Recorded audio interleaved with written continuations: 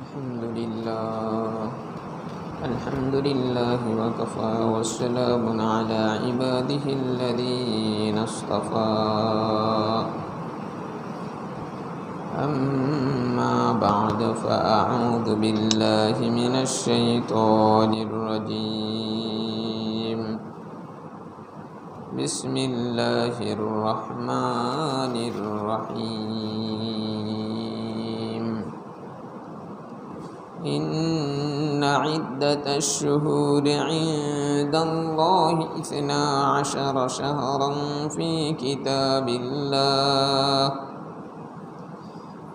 كتاب الله يوم خلق السماوات والأرض منها 4 حرم ذلك الدين القيم فلا تظلموا فيهن أنفسكم إلى آخر الآية. وقد قال رسول الله صلى الله عليه وسلم صيام يوم عاشوراء فيه أحتسب على الله أن يكفر السنة التي قبله. وقد قال رسول الله صلى الله عليه وسلم صوموا عاشوراء وخالفوا فيه اليهود وصوموا قبله يوما وبعده يوم أو كما قال عليه الصلاة والسلام. صدق الله مولانا العظيم وصدق رسوله النبي الكريم ونحن على ذلك لمن الشاهدين والشاكرين والحمد لله رب العالمين. الحمد لله সমস্ত প্রশংসা সেই মহান রব্বুল আলামিন আল্লাহ তাআলার দরবারে, যে মহান রব্বুল আলামিন আল্লাহ তাআলা আমাকে সহ আপনাদেরকে জুমার সালাত আদায় করার লক্ষ্যে মসজিদে আসার বসার তৌফিক দান করেছেন। এই জন্য সকলেই পড়ে নিই আলহামদুলিল্লাহ।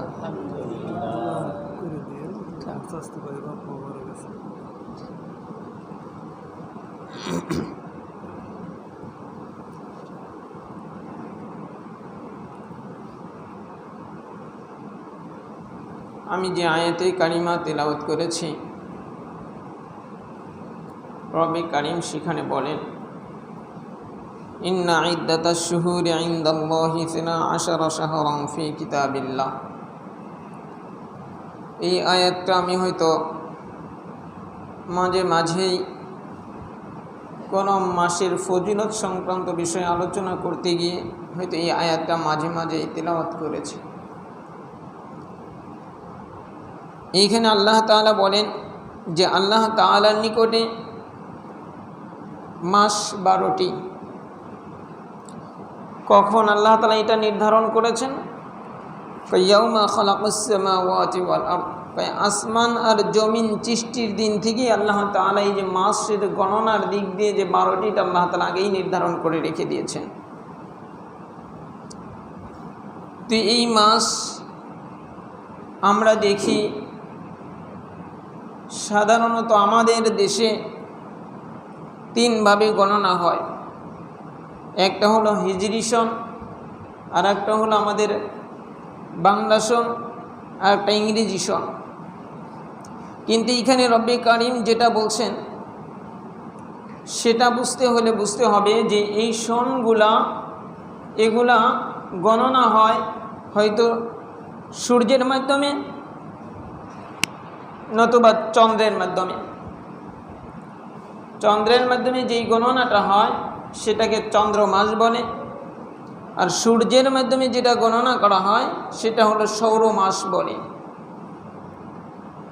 সূর্যের মাধ্যমে যেটা গণনা হয় এটা হলো জটিল, আর চন্দ্রের মাধ্যমে যেটা হয় এটা সহজ। কারণ চাঁদ সূর্য সারাটা বছর একভাবেই তাকে দেখা যায়। পক্ষান্তরে পক্ষান্তরে চন্দ্রটা কিন্তু সেরকম না, মাসের শুরুতে একরকম, মাঝামাঝিতে একরকম, শেষে গিয়ে আরেক রকম।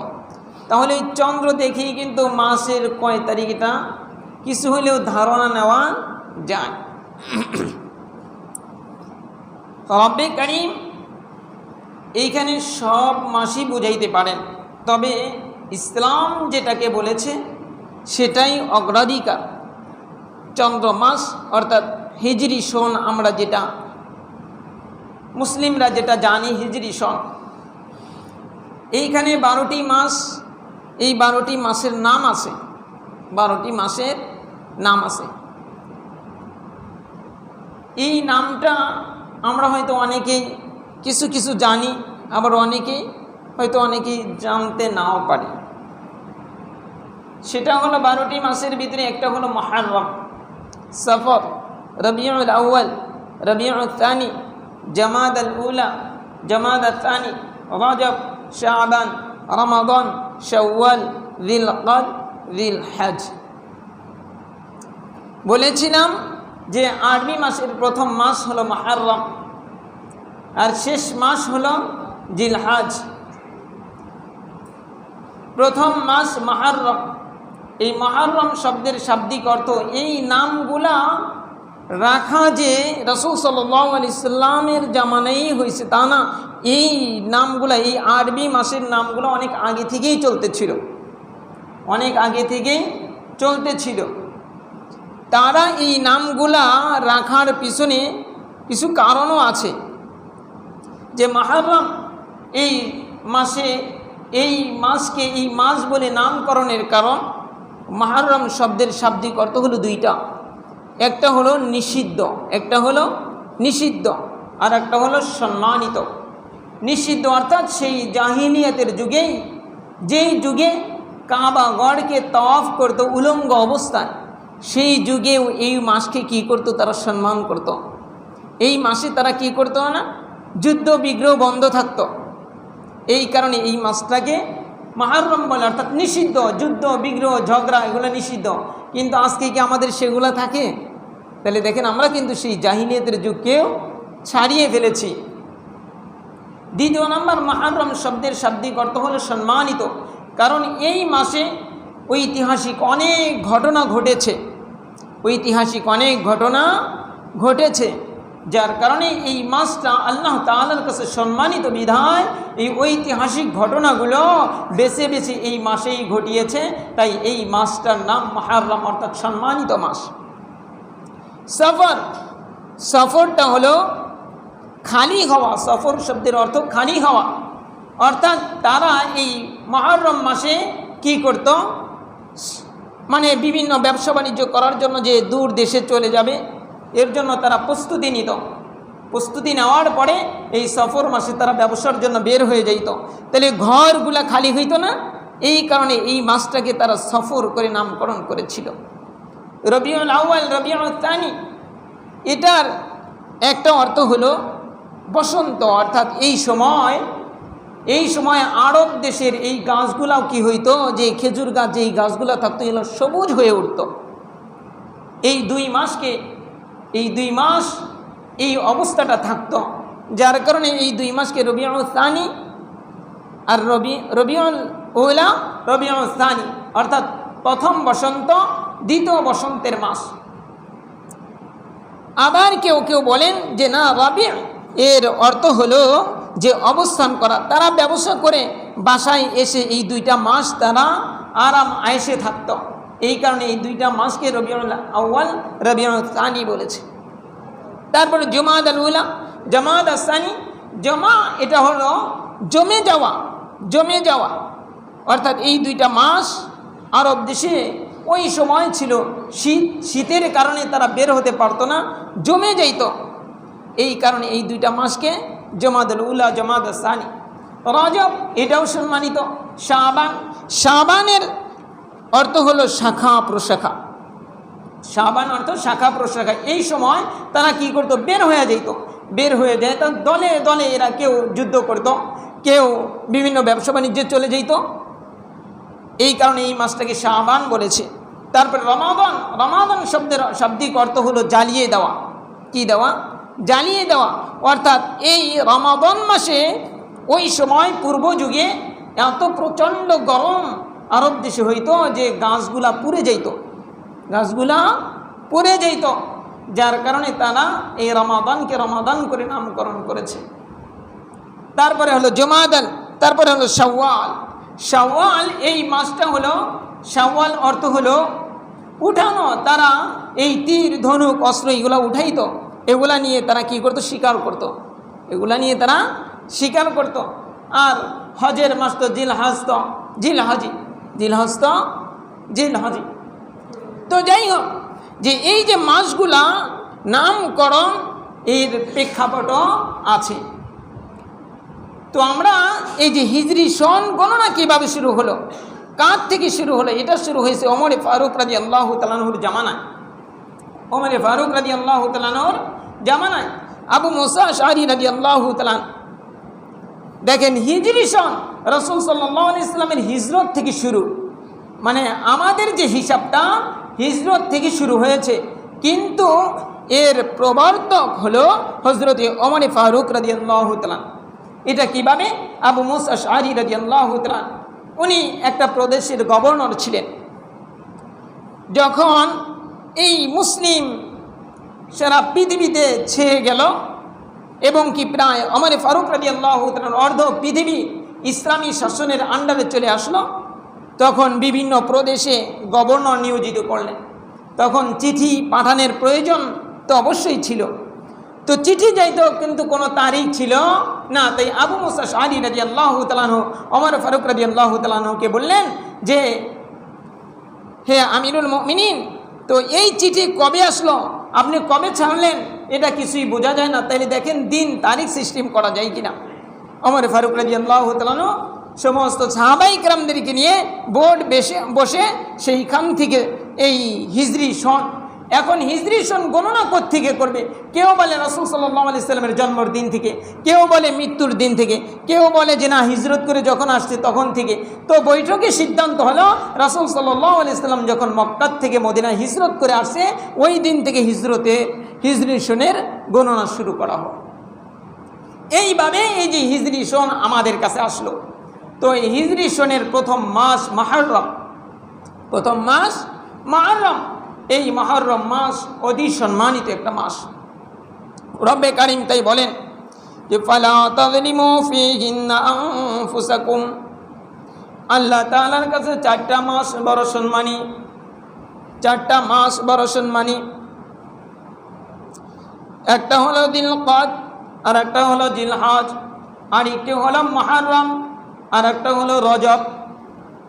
ভাই এই চারটা মাস আল্লাহ তাআলার কাছে বড় সম্মানী। আরে যেই যুগে কাবা শরীফকে কি করত? উলঙ্গ অবস্থায় তাওয়াফ করত। আল্লাহ তাআলার সাথে অগণিত মাবুদ তারা বানিয়ে নিয়েছিল।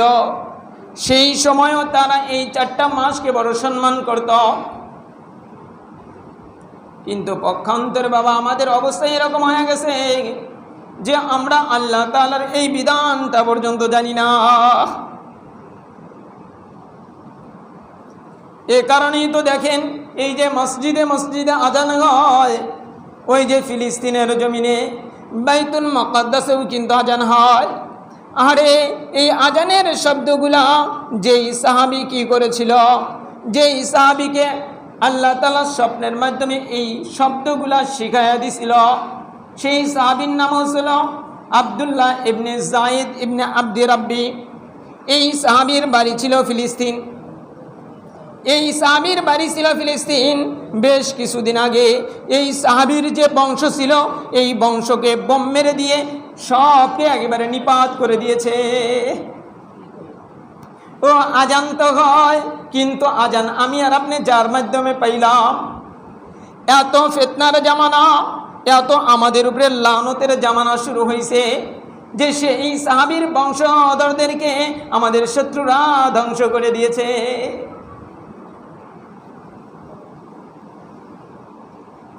কারণ কি বাবা, ওই যে যেই জামানায় আল্লাহ তাআলার সঙ্গে অগণিত মাবুদ বানাইছিল, সেই জামানায়ও তারা কি করছে, এই 4টা মাসের সম্মান করছে। কিন্তু আজকে আমরা এই 4টা মাস যে আল্লাহ তাআলার কাছে সম্মানিত, এই বিধানটা পর্যন্ত ভুলে গেছি। তারা এই মাসগুলাই যুদ্ধ করে নাই, এই মাসগুলাই তারা ঝগড়া করে নাই। হাদিসের কিতাবে, তারিখের কিতাবে পাওয়া যায় যে তার বাবার খুনিও যদি তার সামনে দিয়ে হাইটা যেত, তাকে তাচ্ছিল্যের চোখে কিংবা তাকে আক্রমণাত্মক দৃষ্টিতে তার দিকে তাকাইতো না।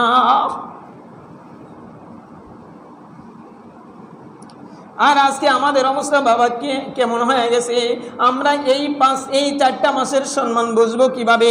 এই 4টা মাস যে আল্লাহ তাআলার কাছে সম্মানিত এটা জানি না।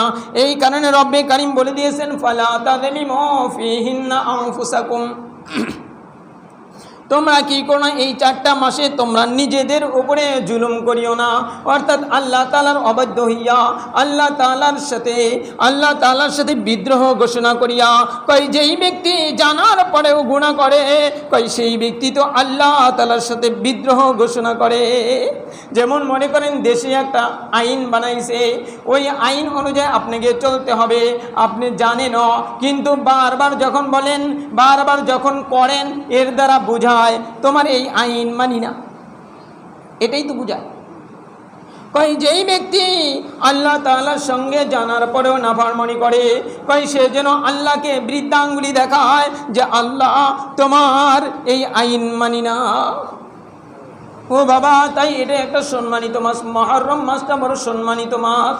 এই মাস সম্পর্কে আল্লাহ রাসূল সাল্লাল্লাহু আলাইহি ওয়াসাল্লামকে সাহাবায়ে কেরাম জিজ্ঞাসা করেন, ইয়া রাসূলুল্লাহ, ইয়া হাবিবাল্লাহ, রমাদানুল মুবারকের পরে সবচাইতে সোয়াবের রোজা কোনটা, ফজিলতের রোজা কোনটা?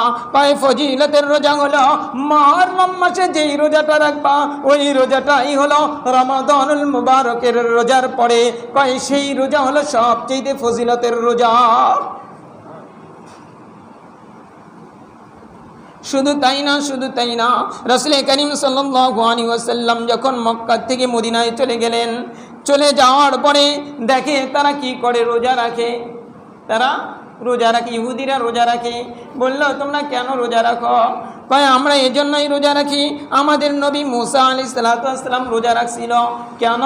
কয় ওই ফিরাউনের কবল থেকে কি করলো, আল্লাহ তাআলা বাঁচায় দিল, আল্লাহ তাআলা মুক্তি দিয়ে দিল। কয় তখন শুকরিয়া তান, এই দিনটা ছিল মুহররমের 10 তারিখ, এই দিনে শুকরিয়া তান মুসা আলাইহিস সালাতু ওয়াস সালাম রোজা রাখছে, তাই আমরাও কি করি, রোজা রাখি। রাসূল করিম সাল্লাল্লাহু আলাইহি ওয়াসাল্লাম বলেন, কয় তোমাদের চেয়ে আমি তো বেশি মুসা আলাইহিস সালাতু ওয়াস সালামের হকদার, মুসা আমার ভাই, তাই আমিও রোজা রাখবো। সাহাবায়ে কেরামকে বললেন, তোমরাও রোজা রাখো। এই 10 তারিখের রোজা সম্পর্কে রাসূল করিম সাল্লাল্লাহু আলাইহি ওয়াসাল্লাম বলেন যে, ইন্নী আহতাসিবু আলাল্লাহি আন ইউকাফিরাস সানাতাল্লাতী ক্বাবলা। কয় এই 10 তারিখের একটা রোজার যদি রাখো, কয় পূর্বের একটা বছরের সমস্ত গুনার কাফফারা হইয়া যাইব। আর জিলহজের 9 তারিখের রোজাটা রাখলে আগের এক বছর, পিছনের 1 বছর, এই 2 বছরের সমস্ত গুনার কাফফারা হইয়া যায়। জিলহজের 9 তারিখেরটা রাখলে আগের পিছনের 1 বছর 2 বছর, আর মুহররমের 10 তারিখেরটা রাখলে আগের 1 বছরের গুনার কাফফারা হয়ে যাবে। সাহাবায়ে কেরামকে বললেন, তবে একটা নিয়ম মনে রাখিও, যে তোমরা কি করবা, ওয়াখালিফু ফীহিল ইয়াহুদ, তোমরা ইহুদিদের বিরুদ্ধাচরণ করার লক্ষ্যে তোমরা কি করবা, তোমরা আগের কিংবা পরের একটা দিন মিলায়া এই রোজার সাথে রোজা রাখবা।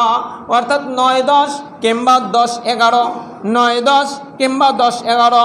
উত্তম হলো 9 আর 10 তারিখে রাখা, 9 আর 10 তারিখে রাখা।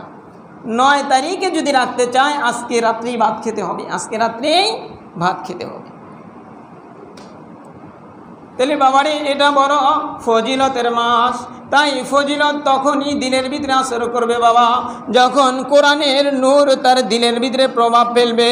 ও বাবা দেখেন, মনে রাখেন, এই যে উদাহরণ দিলে কিন্তু বোঝানো সহজ হয়। যেমন আপনার পাশের বাড়ির একজন মানুষ মারা গেছে, একজনের ছেলে মারা গেছে, আপনার যেরকম দিলের ভিতরে প্রভাব ফেলবে, আপনার সন্তানটা যদি মারা যায়, এই দুইটার প্রভাব কি বাবা একরকম হবে? আকাশ আর জমিনের তফাৎ হবে। কেন কেন কয় তার সাথে হলো ঔরসের একটা সম্পর্ক আছে, রক্তের একটা সম্পর্ক আছে, যার কারণে পাশের ছেলেটাও মারা গেছে, নিজের ছেলেটাও মারা গেছে, ওর জন্য চোখে অতটা পানি আসে না, নিজের ছেলের জন্য যেরকম ব্যাকুল হইয়া যায়।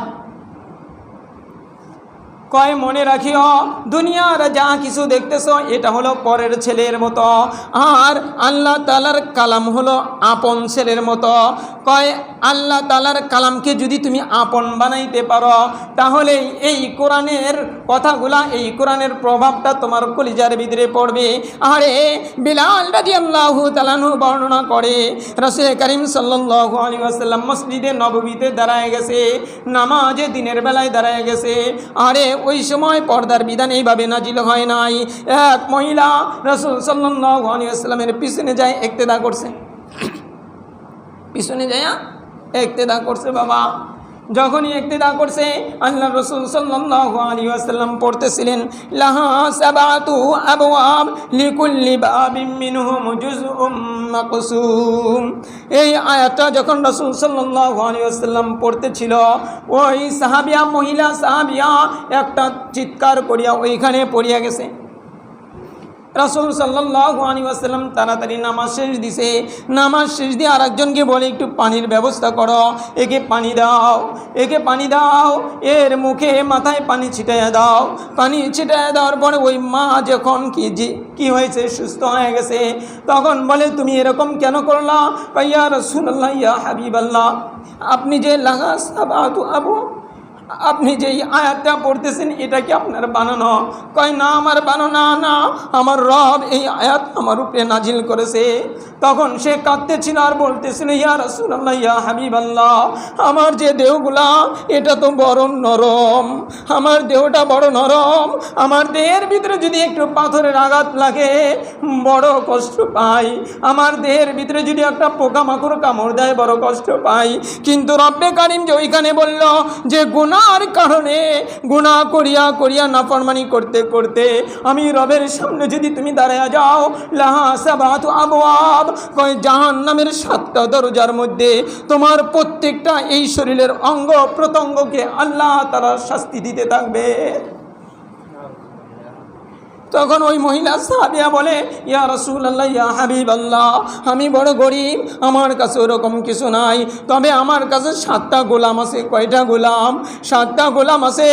আপনি সাক্ষী থাকেন, আমার এই 7টা গোলামকে আল্লাহ তাআলার ওই জাহান্নামের 7টা দরজার থেকে বাঁচার জন্য আমি ওদেরকে আমি আল্লাহ তাআলার জন্য আজাদ করে দিলাম। আরে আজাদ করতে দেরি বাবা, কলিজায় লাগছে, কলিজায় আল্লাহ তাআলার কালাম লাগছে। এখন তো কলিজায় দূরের কথা, এখন আমাদের মস্তিষ্কের মধ্যে লাগে।